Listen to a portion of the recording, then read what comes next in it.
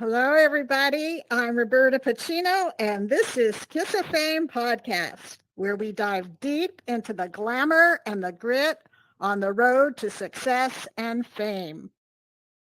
I have a little story I just want to tell. It was something cute that happened this week. I was watching my grandson, who will be 5 next month, and I said, Nana has a store in the Metaverse. You want to see it? He goes, oh, yeah, I want to see it. So I pulled it up, my HELLO PLAZA store on my phone, and I showed it to him, and he got so excited. I let him take my phone, and he could control the avatar as good as I can. And he was running through the mall, going through all the shops, and you're saying, oh, I want to buy something. I want to buy something.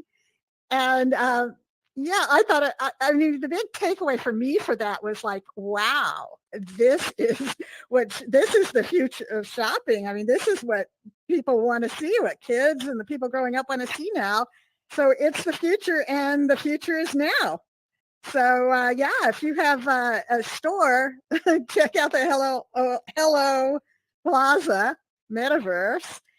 Come to the Metaverse and open up shop, especially if you have a toy store. I think you'll have a lot of customers.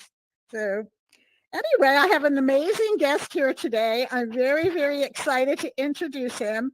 But first, let's watch the intro video. In a world where passion meets recognition and dreams grapple with the reality of fame, one journey illuminates the myriad paths to greatness. Welcome to Kiss of Fame, a podcast where the stories of ambition, perseverance, and personal triumph are told by those who dare to reach for the stars. Greetings, dreamers, doers, and innovators. I'm Roberta Pacino, here to navigate the vast seas of creativity, recognition, and the complex dance with fame. Whether you're an artist, entrepreneur, scientist, or advocate, Kiss of Fame is your haven for genuine stories of grit, inspiration, and sometimes, the hard truths of seeking the spotlight. Through intimate conversations with those who've carved their niches, from hidden gems to luminaries in their fields, we uncover the essence of what it takes to rise above the noise.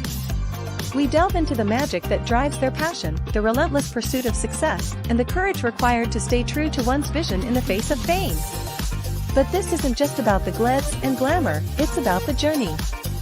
The triumphs, the setbacks, and the moments that define us. From the first spark of ambition to the accolades that follow, every step has its story, and we're here to share those stories with the world.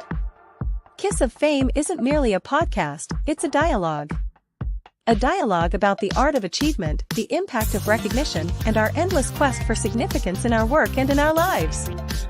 So, if you're in search of motivation, guidance, or companionship on your path to recognition, join us. Explore the lives and minds of those who've made their mark and uncover what it truly takes to earn that kiss of fame. It's not just about making art, it's about sparking conversations. Welcome to Kiss of Fame. Subscribe wherever you listen to podcasts, and let's embark on this remarkable journey together.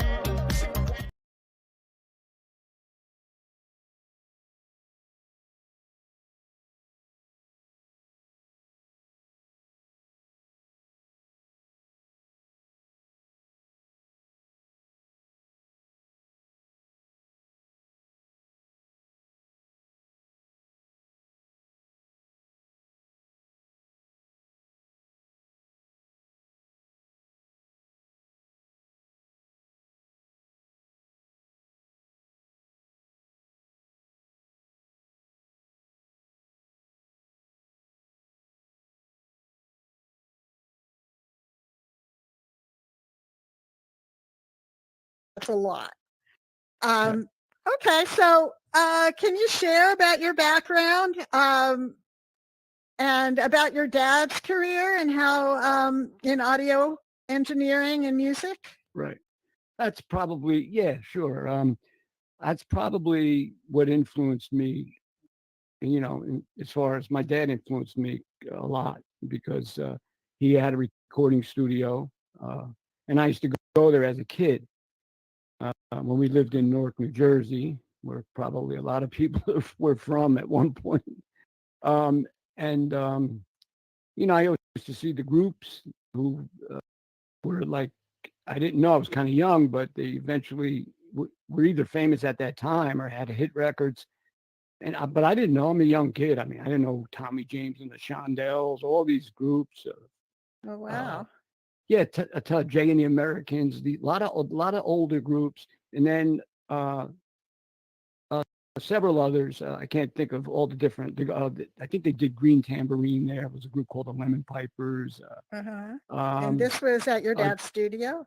yeah, he was the recording engineer there. They did, I think, something with the uh, Jethro Tull recorded there.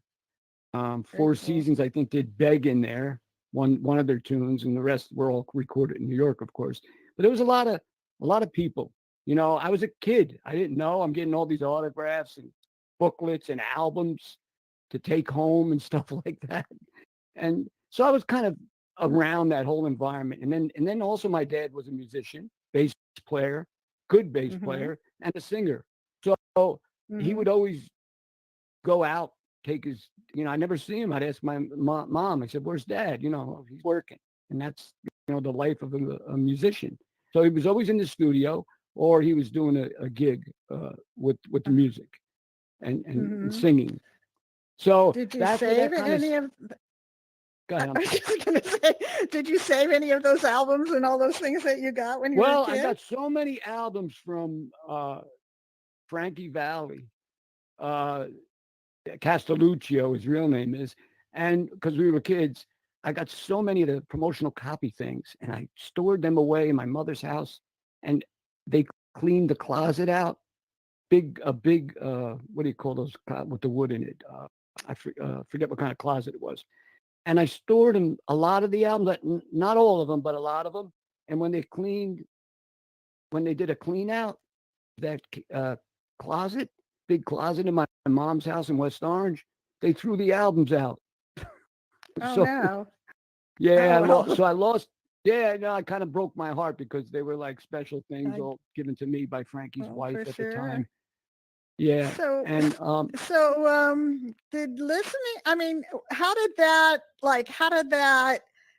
shape your career being around your father well, at it audio engineering? Huh? well, I just enjoyed Go ahead. going there, watching him do this, sit behind this big console and Mm-hmm. and recording the different people and the whole technique on how do you record, especially back then it was tape. Uh-huh. It's not like today where it's all digital, but and all computers and software. It was the old fashioned way. But I just loved it. I was around it. So before you know it, I was, playing the guitar myself. I bought my first guitar, I think, or my dad or mom bought it for me when I was 13. So that's when you know, uh, so the music thing is what I kind of like had a passion for in the beginning, very young age. The acting Right. thing came along later, 16. And of Mm-hmm. course, if I could mention the movie, your brother was in it. Yeah, yeah. So And yeah, what, I wanted to ask you about that. So you were an extra in a movie, and that yeah, really had a major impact on you. So yeah, tell us the movie. yeah, let me tell you how that came about. Of course, that was kind of funny because I didn't know anything about acting or anything like that at that age, 16 years old. And I had long hair. That was Uh-huh. the style back then. And my mother's Right. friend, who was a doctor, she knew a lot of people, and she says, "Eddie, if you get a haircut, I'll get you in the movie The Godfather." She must have knew the assistant director. I don't think it was Coppola. I think it was Uh, somebody under him. And I said, "Okay, I'll get a haircut." And I went to my cousin's house in Nutley, New Jersey. I'll never forget it. And that was it. I got a haircut. Next thing you know, I'm on a bus to Staten Island. I believe it was Staten Island, New York, and mm-hmm. and that's where he was shooting in the Oh, house there, the wedding scene. I the was in the wedding wedding scene was scene. shot there. Okay. Yeah, was Yeah. in Staten Island, and yeah, I was just an extra. I mean, just All starting right. out, getting my feet. I was just dipping my feet But you got the and bug, watching huh? the big stuff. No, and I got the bug, and I guess I was, just looking at the big guys like your brother, Marlon Brando, Talia Shire. I think Al Martino was there, and the other guy. Oh, Mm-hmm. He passed away, James Caan. And Oh, yeah, James Gunn. and I took some pictures with Richard Conte.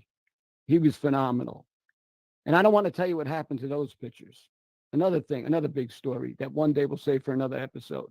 The whole Okay, scrapbook I that had. big a No, story, huh? yeah, yeah. And then, well, the whole scrapbook from The Godfather, I let somebody borrow it. And I wished that, not to backtrack, but when they paid me with the check, I think it was $150 for 2 days, $75 a day. Right. It was a big yellow check, said Paramount Pictures and The Godfather. I want to kick myself for cashing that check and not framing it. And so, and the pictures, somebody, I lent them to, I was younger at the time. I was a little naive. I lent this to some guy that owned a pizzeria, and he said, "Oh, Eddie, can I borrow that album?" It had all the pictures my father was taking behind the scenes of The Godfather, and with the Mm-hmm. big, and I had an 8x10 of me and Richard Conte. Mm-hmm. The guy never gave him back. It so angry about that. I'm so angry about that. But Well, yeah. okay, so that's one of the regrets I have. But as far as the positive side of that, it probably is where I kind of like sort of caught the buck and said, "This is fun. I want to do this. This is fun." Right. And Yeah. It's, no, it's just yeah. I mean, how So many people? exciting. Well, how many people can get to do what they love? Or Right. what's I mean, it's hard work too. I learned later on that it's not a walk in the park. You still got to know what you're doing. And Right. I learned all that later on. And Mm-hmm. but that's probably, like a lot of people say, well, you're only an extra or stuff like. Well, maybe people don't say that, but maybe I think they say that. You just did background work. Well, Right. that's what everybody started out doing. Let me tell you, Roberta. Right. That's what you start out Yeah. doing. I wasn't even union then. I knew nothing about acting. My father's Mm-hmm. behind the ropes yelling, "Look at the camera, for crying! Don't look at the camera, but look towards the camera." And I said, So did you go I on and didn't care. study in And school? then Did you later on, study? right? Later on, I think that was 72, right? The Godfather, yeah, 1972. Uh, Mm-hmm. Later on, I think I was still in junior high, and then I went to high school, and there was a drama class, and that's when I kind of delved into it a little more. And there was a drama teacher, Mr. Del Monte, I'll never forget his name, and we Mm-hmm. made a movie. I think I told you it Oh, was what was that one with the dead? I I don't forget. know. I was a zombie. Anyway, I played a zombie. So that was my big. What a start. Yeah, it was Yeah. Night of the Living Dead. Night of the No, I Living Dead. didn't. Oh. Yeah, Night of the Living Dead. And then after that, I went to college. I said, well, how can I learn more about music? Learn the theory, and maybe get to know something about acting. Without having to pay to go to a school. Maybe get some grants and things like that. So I applied to William Patterson, and I got accepted there. I went for 1 year. I majored in music, and then I went out to Vegas. I wanted to get out of Jersey, and that's when I went into, I got into the film production thing. I studied film production, and I still kept my music major. That was my major, like music. And then I started doing little things out there with the acting too. I joined this place called Nevada Motion Pictures, and Mm-hmm. they, even though I wasn't union, so I would do extra work on that show called Vegas with Robert Urich. I don't know if you remember that show. Right. And it was a Yeah. series that was very popular. Mm-hmm. They shot in Vegas. So after that, when I came back home, my game plan was to go to California. I think I was telling you that on the phone. Yeah. And it I wind up coming home back to New Jersey, and then I stayed. So Mm-hmm. I said, well, the next best thing is I got New York right across the water, and that. So I went to acting classes there in the 90s. I think Mm-hmm. I took commercial acting for commercials, acting for film Right. and television and soaps, because you had to learn Mm-hmm. all the different aspects. There's different techniques for each Right. kind of acting. And So I did that, studied. Go ahead. Oh, I was just reflecting on what you're talking about. And like, we kind of have like, we never met years ago, but we were kind of around doing the same thing. I mean, I was um, Right. in New York um, when I got there because I was raised in California. I got to New York right before The Godfather opened. So I wasn't in it, I wasn't in it, but Yeah. it was such an exciting, amazing time. That was really, I can see how you just wanted to act after that. Um, oh yeah, you've mentioned Yes, that you're breaking. Yeah, you're breaking up. now I am. No, now Okay. I didn't hear. I only heard what you said because it kept. Go ahead. I'm sorry, but Oh, I okay. wanted Well, to let tell me you. let me Wanted ask to you tell you. another question.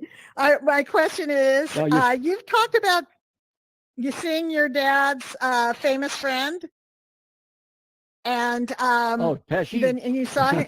Yeah, yeah. That's what I was going to ask you. Yeah. I didn't, and a certain film that he was in, and then you said it was pivotal in your career. So, Right. tell us about that. What was it about the performance that made you want to pursue acting seriously? Well, I was out in Vegas, as you know. I was out in Vegas, and um, my father calls me on the phone. He says, "Eddie, you might want to go see uh, my friend in a movie." He meant Joe Pesci, and I said, "Yeah, sure." Because he's got a big part in it, and he did something a little smaller, like an independent film. So even those guys do independents, so called The Debt Collector, and I guess that's where they spotted him for Raging Bull. And I went to see that movie, and I said, and then I really said, this is what I want to do. This is what I got to do. And I was so, moved by the performance and just knowing that, this is my dad's friend, and Frank Vincent, the late Frank Vincent was a good friend of my dad too. And that really, put the jolt into me. And that's Mm-hmm. when I came home, that's when I studied. And then I started, I joined AFTRA first because they were separate unions at the time. And then Mm-hmm. I got to speak in what they call a 5 or under. AFTRA was, no, it's like a day player, but you talk, you know, no more extra stuff. I was talking. Right. So Right. I got a speaking part in a show called It's a Miracle with Roma Downey, who hosted it. And I went up to you got to be a little forward in this business. I went up because they weren't going to give it to you. And I went up to the assistant Right. director. I said, I'd like a copy of that I spoke contract, and the paperwork. And that's when the rest is history. I joined SAG. And of course I was able to audition for like bigger stuff and better stuff and all union stuff, Yeah. and and Wonderful. uh and that's Yeah. what. Yeah, I mean, it's very competitive. I was Right. more hungry for the fame thing and the fame and fortune thing, if you will. I hate to use that term, but I was I was like any other young actor. I was more. Mm, Back then I felt really, differently. Like you asked me about my perspective really. on Right. you know on it Well, let me today. ask you about something here. So, you've had that's very interesting, and having been lived in Hollywood for a long time and knowing a lot of actors and everything. I had one woman tell me she went, she got all fixed up. She went for an audition, and she walked in there, and she said there were like 20 other women that looked exactly like her sitting there waiting to audition. I mean, it is really competitive. Maybe less so in New No, York. I very don't know. competitive. Very competitive. So how has the landscape, say, of acting and music changed since then? Um, you know, and you're still Well, involved. Is I that could tell. correct? I Well, mean, that's how an have you easy question. adapted to the changes? Well, I think that had. Let me tell you, if you're talking about technology, uh, is the key word here. Technology, which could be a curse in one, if you use it the wrong way, and a blessing Right. in another way. And technology, had they had this when I was doing it, when I was younger, when I first got into it. It would have been incredible. It's so much you could. It allows, like the landscape of acting, like you say, and the music. Uh, how have I adapted? Well, the fact that when I came back, 'cause I had some health issues and things that I had to deal with, and I took a little Right. hiatus from like 2013 to Right. 2018. When I came back in 2018, I realized, hey, everybody's on networking on social media. You don't have to send in headshots no more. Do everything Mm-hmm. online. And Right. it's like, I love that. I love Right. that self-tape. Who Oh, heard of self-taping? Nobody had an iPhone in 1980. You that's know, right.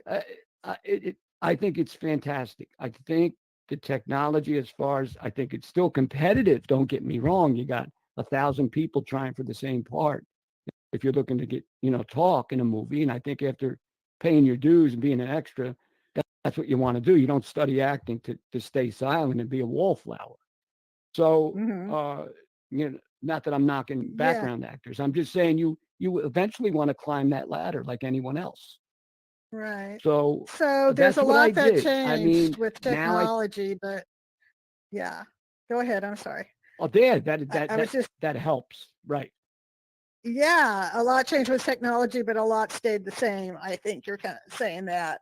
Like it's still, you Well, still it's have so to audition. You still have it, to, yeah. right. You still got to do Go ahead. that. You still got to be able to cut it. Don't get me wrong, but Right. it's so much easier. There's so much, and even at my age, you still got a shot. You can never give up and say never. I know you're going to probably ask me this question later, but uh, Well, now I that I am think going to about it, ask it's you just like later. I So, have a little. uh, that's my favorite question. Yeah, yeah, okay, Yeah, but yeah. Okay, so let's take a I little think the break main because I want to the go ahead. Okay, I want to. yeah, your break. Yes, Uh, we're going to take a break because I'm going to show a video of my products, and then we'll get back to the story, and we'll pick up with that with all that. So yeah, okay, so fine. I You got it. created.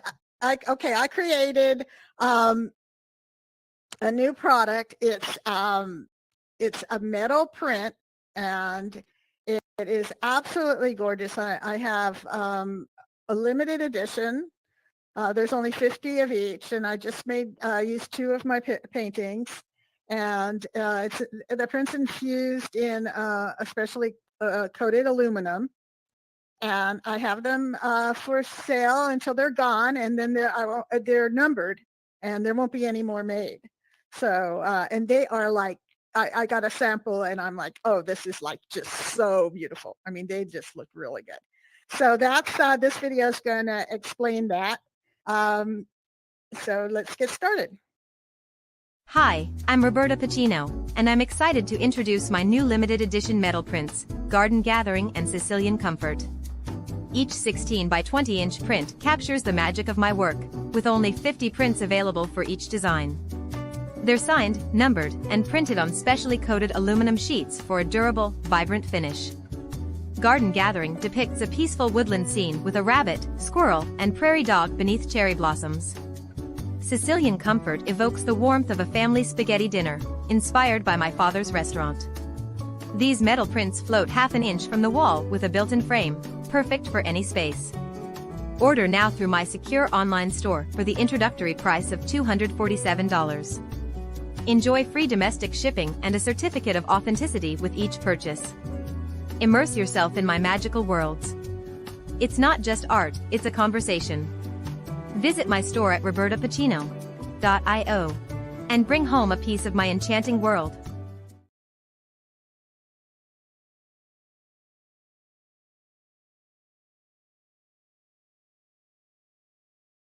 All right, welcome back. So head over to robertapacino.io and get a metal print before they're gone. Thanks. So Eddie, Yes. yeah, you had mentioned that you took a hiatus because of health issues at one point. So what was it like? How Yeah. did you navigate yourself back into the business? How Well, did you well, navigate that? well. My wife got better, thank God. She had breast cancer. and she had to get a double mastectomy. So I had to help her throughout that whole thing. And, I was like her nurse, so to speak, if you will.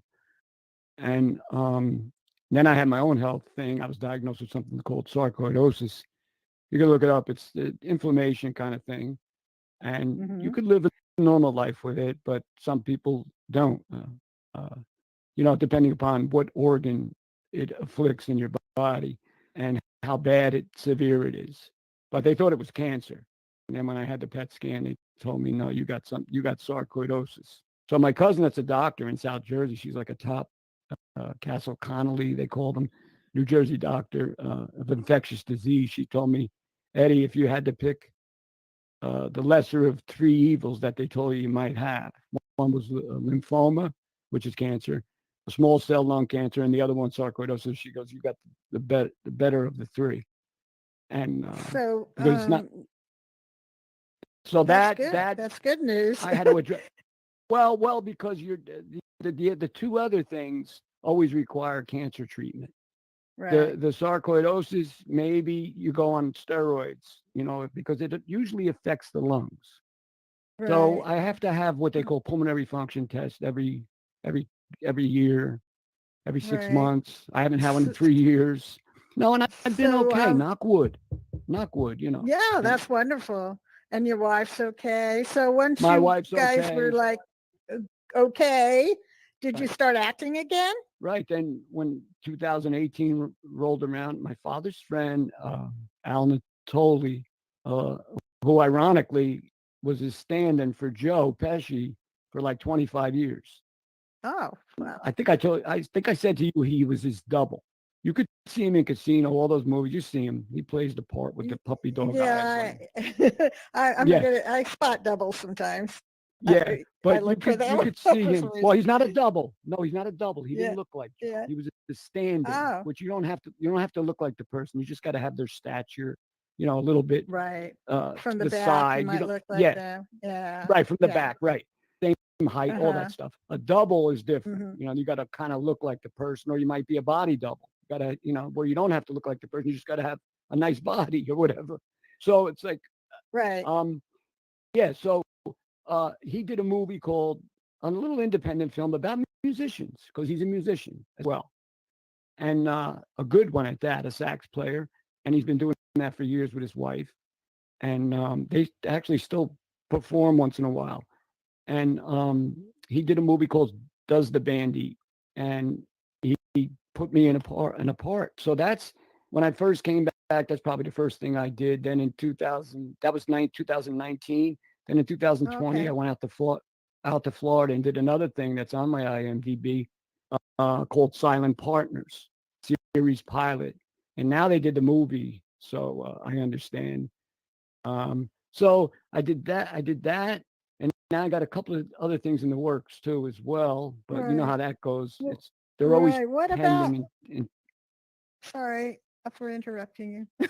Oh, that's fine. What about the script you wrote? You said you wrote a short Oh, script oh and that you yeah. might Let's turn not it forget into a Snoop. feature film. And I mean, I know that's a Right, big deal. So tell me about that. right, right. I wrote along with a co-writer of mine, but I always had the idea. I've started it probably going on 3 years now, 3, 4 years since I had the concept, and it all stemmed from my sister-in-law's boyfriend's boat at the Jersey Shore called Screw Loose. So I was wearing those shirts and on that boat, and I just said, I love the title. I mean, I love that name, and Yes, I great thought name. about, yeah, great name for like a comedy of mobsters, kind of thing, Hmm. and and we wrote a 40-minute short, and um, a lot of people liked it, and that read it, and probably 7 drafts of it we did, and changed so many things, and I keep on it. Being the kind of guy I am, I like humor, I like comedy. I want to insert more comedy into it. So it I was going to do the short, and everybody, it's hard to raise money on a short film because you're really going to only show it in festivals. Right, And so everybody's telling me, you know what, you should extend this into the feature. And they right. didn't have to tell me that. I kind of knew. I said, the only way I'm going to get money is if I make a feature out of this, maybe get a name, even though I wanted to star in it myself. I mean, it's the only time you get to star in your own picture when you're a popular unknown like me, is by doing your own script. Right. So, so that's still on the shelf, and it's something Right. on my bucket list, and I know I'm going to get to do it. Good Right. I God know. willing, of course. I've worked on that before, and I've decided that if you want to see a miracle, go watch an independent film Right. because there's No, a I think lot to yeah. no, a lot of There's a people are lot doing to them. it.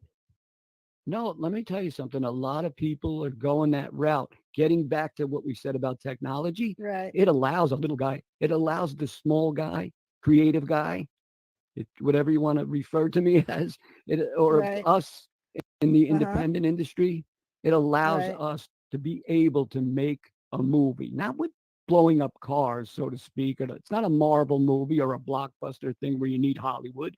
You could Right. make your own movie that's really pivots, the whole movie pivots on what the story's about, And get and distribution or yeah, do yeah, your I own think you can. distribution. Yeah. Yeah. No, you could, Yes. you pitch it. You pitch it with the streaming and all that. You got a shot Mm-hmm. at the little guy's got a shot is basically what I'm trying to Right. It say. has I changed in believe that it. aspect. Yeah. Right. It's I like mean, you don't have to yeah. go to Well, that's Hollywood no wonderful. more. Yeah. That's really Don't wonderful tell that that. they Don't tell Al I said that. he probably knows it all. Yeah, I Yeah. know. I mean, that's a whole different thing when you're looking at those, The multi-million dollar A-listers. films Right. or Right. multi-thousand Right. dollar films. Yeah, but they're still good. I mean, there's so much demand for content Right. that, and there's so many places now to show it. Yeah. To stream your stuff. So, Right. to stream your So, stuff. So it has right. changed since I was doing it. Let's put it So this I way, can Roberta. relate. The guy that's not an A-lister, us B-lister guys or C-listers, whatever you want to call us, we got a Right. shot at doing it because of Hmm. technology and because the whole system has changed. The whole Right. thing has changed. You could look at these TikTok videos. Somebody goes viral and they're famous. I mean, Right. technology allows the guy that's a little lower on the ladder to climb it. And Yeah, and to get you know, heard. I'm not. Yeah, and Yes, so yeah, and that's the thing. I've got to say that excites me about the metaverse so much. I mean, everybody who knows me knows I love the metaverse, but I mean, I think movies. We're just starting to see how it's happening. There's people making films in the metaverse now. right. So And not only just you doing this and show, showing them. Go ahead. right? Just you doing this show and having a little small guys like me on, like I call myself small potatoes. A lot of people say, why do you always put yourself down?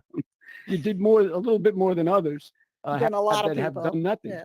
Yeah, Uh-huh. that have done nothing. Even Joe Pesci said that to me. He says, Eddie, come on, you don't have to, just because you're not a star doesn't mean you're not creative and you don't have talent. So Right. so I always stuck by that. I mean, I have a different outlook now, of course.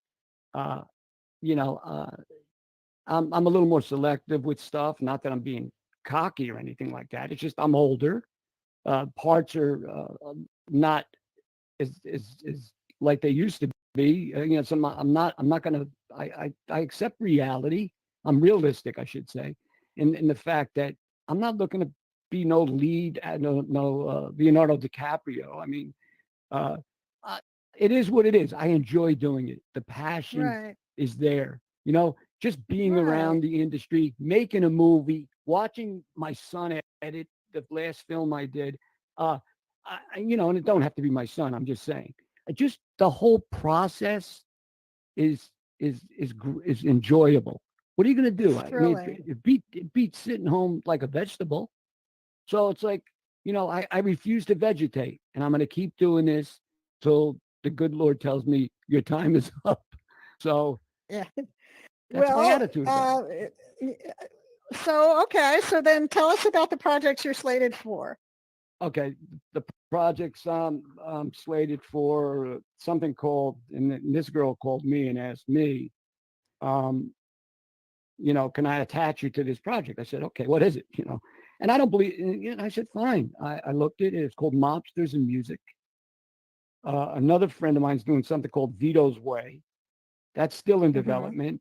This Mobsters in Music might be in pre-production now. I don't know. I got to go to IMDb and look, but I wasn't notified until I signed the paperwork, what they call letter of intent. I'm sure you're familiar with that, or an NDA. Until I start signing contracts, then and I'm on set.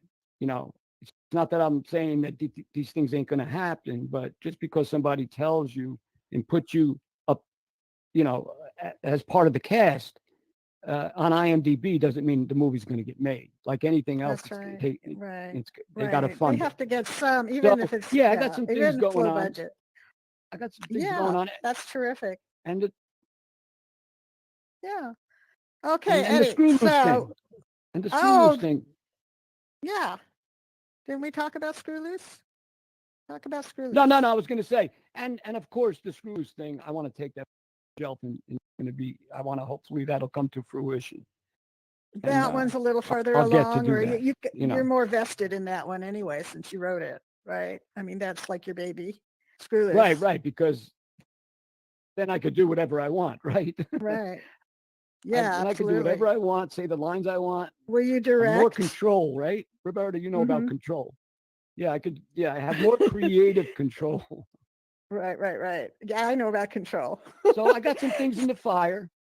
Yeah, I got some things in the fire. Wonderful. And another thing. Wonderful. So what advice would you give? Yeah. Well, I can't wait to see what happens. So what advice would you give aspiring actors, and especially the ones that are like maybe starting later in life, or they are in later life? What kind of advice would you give? Well, the advice I'd give to actors in general is, and they would give me the same, I was given the same advice, was to just, you got to keep plugging at it. You got to hit the pavement, take advantage of technology. I would tell them all that. Don't be afraid to go into an independent film, a union independent film, do what they call a ultra low budget or low budget, whatever your budget is. Yeah. You could do micro budget, a $10,000, $15,000 film, and it could turn into this big thing, and it could get you noticed. So don't be afraid of the independent route. As far as the older actor is concerned, guys my age, don't quit. Don't look, if you don't become, quote, I hate the expression, a star or an A-lister, that doesn't mean anything. Just do it because you love it. And that's what I do. That is so wonderful. And I like to try. I like to bring out emotions in people. I like to make people laugh. I like to make them, not cry, especially. But if that's what it calls for, that's what it calls for. Right. But I like to make people happy most of all. And I like performing. I do want to show the clip that you sent. Can you tell us about it, and then we'll show it to the audience? Yeah, you keep break, like after you talk. I don't know. I keep hearing and it cuts you off. So you're very audio. You're very audio conscious. I really. Okay. So, no, one of these. No, if what I said. Can you hear me now? You just asked me. Oh, okay. You didn't even hear that. Okay, so can you talk about the clip, because we're getting ready to show it? The clip you sent me. Yeah, that's from a TV pilot we did in 2021 in upstate New York. My son shot that, and that was directed by Vincent Cartola from The Sopranos. And that was like a first short that my son shot back then. And I thought he did a pretty good job when you look at the quality of the video. It's not bad. Yeah, I love it. Yeah, that's like if you want to call it like a TV pilot kind of thing, and about a bunch of these guys that hung on in the Bronx at a restaurant called Joe and Joe's that's been around for years. I think I was telling you about that. So, and the goings on in that restaurant, the things that would happen. and the conversations that took place with these local guys, who's getting beat up, that was like small time mob kind of stuff, from Right. what I understand. Well, let's So watch that it and basically is then, it. And I was yeah. okay. You ready? You ready for us to play it? Yep, go ahead. Yeah. Go Okay. ahead. Let's play the video.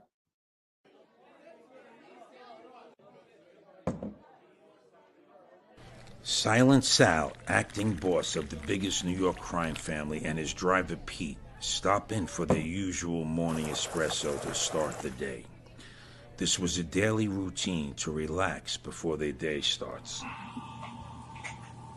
Did you have a problem with the car last week? What problem? Car's running fine. Car's running okay? Yeah, it's running I thought you fine. had an issue How do with you the think you car. got here? No, all right. I'm just asking you, that's all. Just want to know everything's okay. Everything's good. Yeah, all right. Follow me.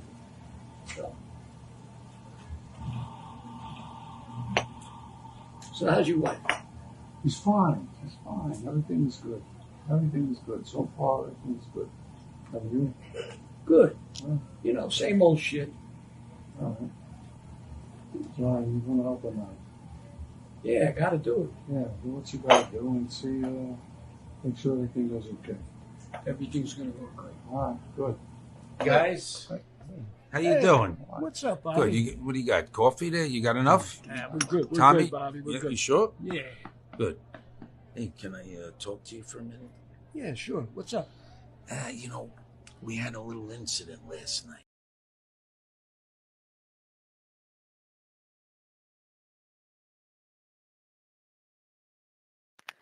Welcome back, everybody.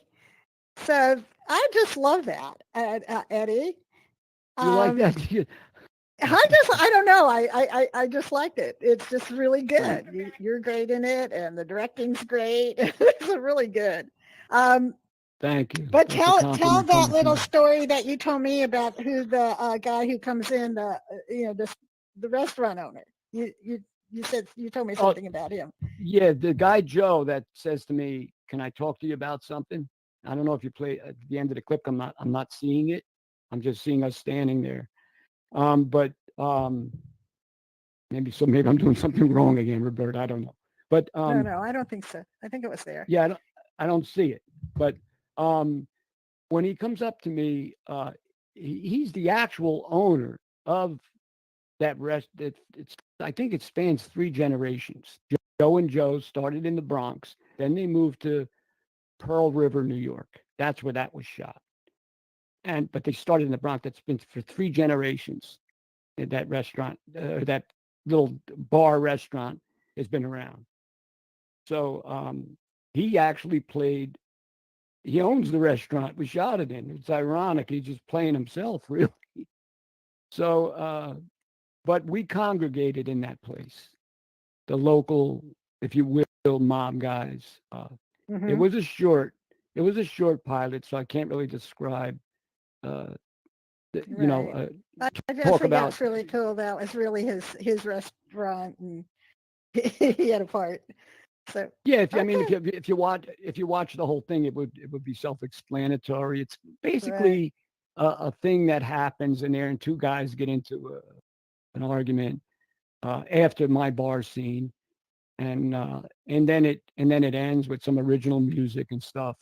I mean, it was a good thing. You know, I don't know if they plan on doing anything else with it. It was called The Corner, and it The was, and corner. if it, yeah, The Corner, because it Mhm. happened on the corner of some like Castle Hill Road, some famous street in the Bronx, where everybody Okay. hung out or something, and where the restaurant was. And that was that corner that they all congregated on in that and that was on that restaurant, I should say. And So Eddie, yes, I want to ask the audience if they have any questions. You ready? yeah, go ahead. Okay. Does anybody have any questions? Questions? Ask a question. See, trying to look to see if. Oh yeah, now I'm seeing it. Let me see. Okay. Well, Maybe not. All right. Well, okay. Is there anything else, Eddie? Is there anything else that you want to say to all the people watching? Because there's lots of people out there watching us. I hope that if some of my responses were not great, it's because I couldn't hear Roberta's the audio, something with the audio. And one of these days, I'm going to come out there personally and fix this audio problem. But I could hear a few words you said, then I would hear like a like that, just so you know. But so I did the best I could as far as what I heard that I was being asked. Well, Just so you know. it sounded like you heard most of everything. Well, I got the gist. I feel like you were answering. No, I got the gist. I was asking. No, I just got the gist. Yeah, but I'm sorry that happened. Yeah, so I just have problem hearing your complete question. It would always cut out. So Really?